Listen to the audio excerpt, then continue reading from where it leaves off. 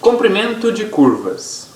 Então vamos começar com um exemplo aqui. Então suponha que eu tenho uma curva gama de t igual a t ao cubo. Lembra que se a gente tem uma curva dada por t, f de t, então o traço dessa curva é o gráfico da função f. Então aqui é t ao cubo, então o traço dessa curva é o gráfico da função t ao cubo.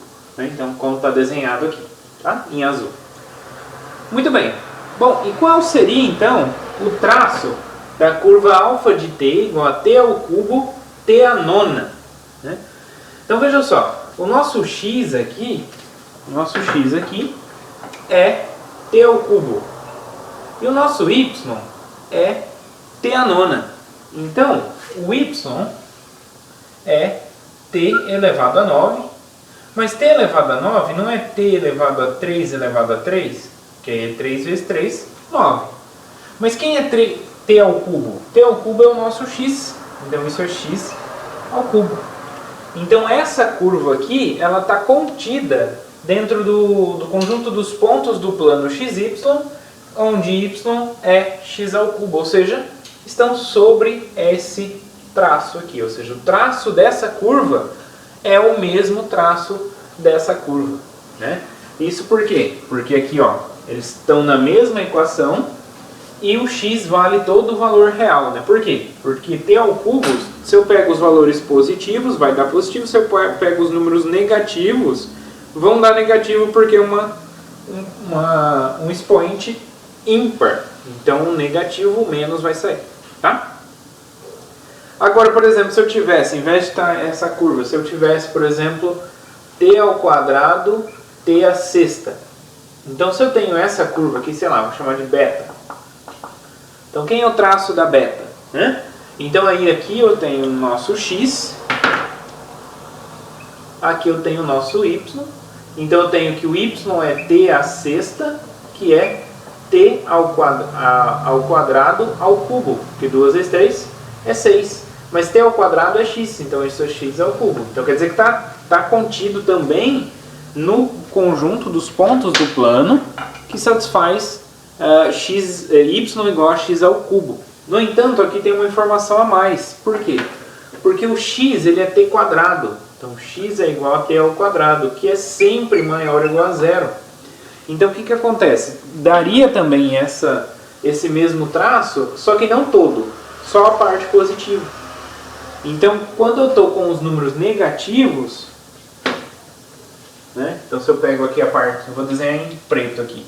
Então, quando eu pego os números negativos, eles vão fazendo o quê? Vão vir aqui, vindo, quanto mais próximo de zero. Aí zero vai bater aqui e aí vai voltar. Tá? Então, essa aqui é a curva beta. Em preto aqui é a curva beta, a imagem de beta, que é o traço da curva beta. Tá? E a alfa é igualzinho o traço da gama. Tá?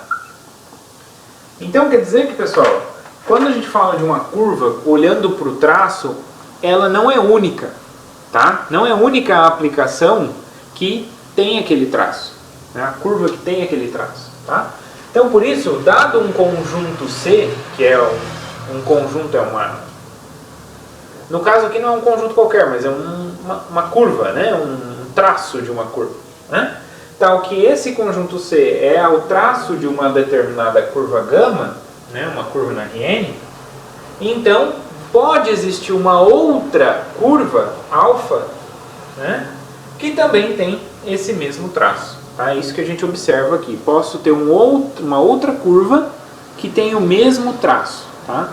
Então, para cada uma dessas curvas que dão o mesmo traço, a gente chama de parametrização. Então, essa expressão aqui, a expressão da minha curva, a gente chama de parametrização. Então, dado um traço, pode ter mais do que uma parametrização para aquele mesmo traço. Essa aqui é a ideia inicial aqui. A gente se refere à curva gama, então aquela expressão tt3, como a parametrização daquele traço. Tá? Então, de modo geral, gama vai ser uma parametrização da curva C. Tá? Então queremos agora definir o comprimento de uma curva, exatamente como se eu colocasse um barbante em cima daquela curva e aí eu fizesse a metragem daquela curva, como se eu estivesse esticando e vendo, não, usou 2 metros, 3 metros, entendeu? Saber o tamanho daquela percorrido, né? Como se aquela curva descreve, por exemplo, a trajetória de uma partícula, saber quanto que essa partícula se deslocou, né? Então, quanto que essa partícula teve aí de deslocamento, beleza? Então tá, então para iniciar isso, para começar a definir o comprimento de uma curva, então a gente vai precisar de uma curva. Vamos fazer primeiro com uma curva no R2, tentar entender a ideia geométrica, né, a ideia intuitiva, para depois expandir, né, para depois ter uma ideia de onde veio a definição geral, tá? Então suponha que eu tenho γ, uma curva definida no intervalo fechado AB, uma curva no R2, uma curva plana, tá? E aí a gente toma P uma partição do intervalo. Então temos aqui o intervalo AB, tomei uma partição do intervalo, tá? E aí o que vai acontecer? Eu vou, a partir desse intervalo, ele vai ter um número finito de pontos ali dentro daquele, ele dividiu o intervalo AB num número finito de pontos ali dentro, né? E aí esse número finito de pontos vai me dar um número finito de pontos em cima da curva γ, em cima do traço da curva γ, certo? Então ele vai gerar uma poligonal. O que é uma poligonal? É quando você tem um número finito de pontos e você liga os pontos, né, por retas, né, por segmentos de retas. Tá?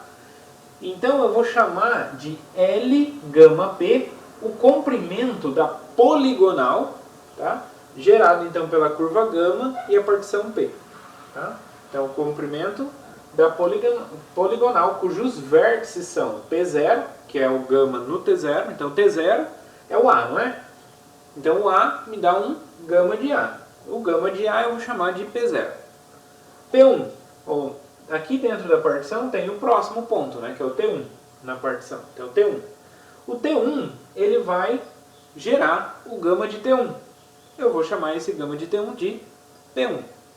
A mesma coisa com o T2, com o T3 e assim por diante, até o Tm, que vai gerar o meu Pm. Então eu tenho um número finito de pontos, no caso aí m mais 1 pontos, e eu ligo esses pontos por segmentos de reta, eu vou obter uma poligonal. E aí então, medir segmentos de reta a gente sabe como fazer. Então o tamanho desse, mais tamanho desse, mais tamanho desse. Então o comprimento total vai ser a soma das distâncias de cada um dos dois pontos, né? Então eu faço a distância de P0 a P1, né, que é para I igual a 0.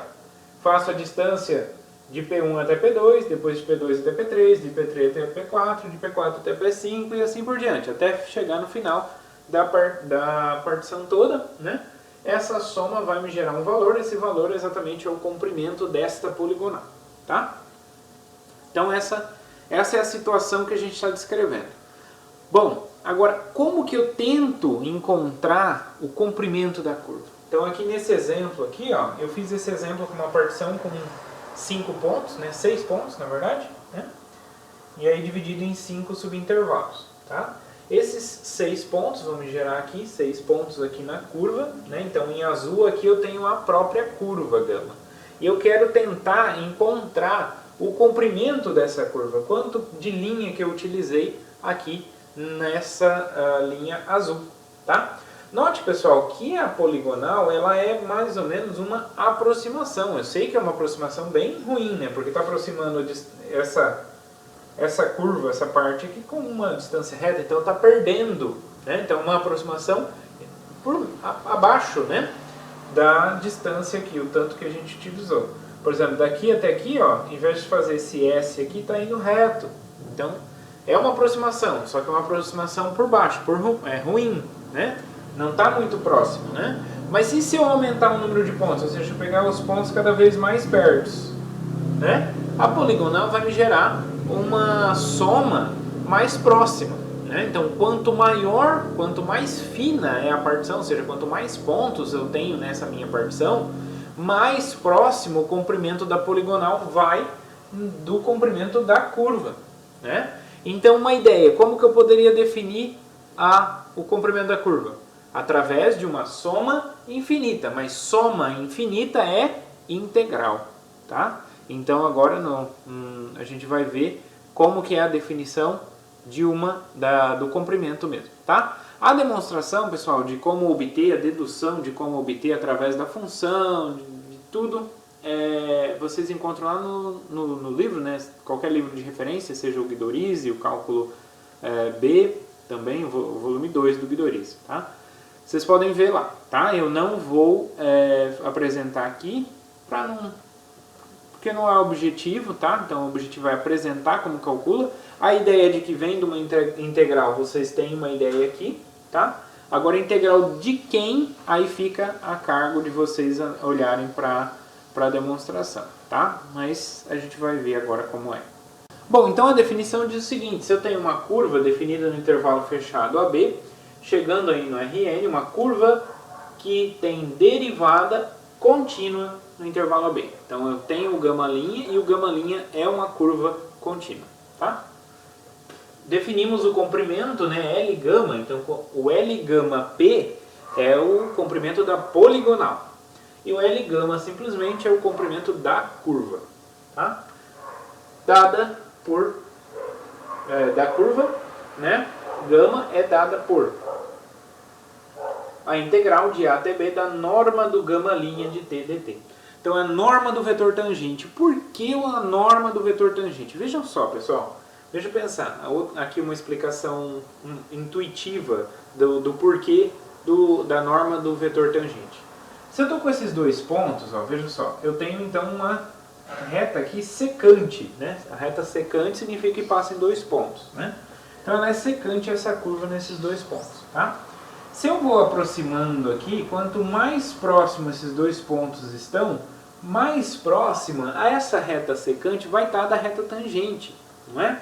E quando a gente quer saber o comprimento total, eu tenho que fazer o limite desses pontos indo, né, se juntando. Quando esses pontos vão se juntando, no limite a reta secante se torna a reta tangente. Então se ela se torna a reta tangente, daí vem essa ideia do porquê usar o vetor tangente, tá? Daí que vem essa ideia de pegar o vetor tangente. Então é a norma do vetor tangente que eu vou integrar para poder obter o comprimento da curva.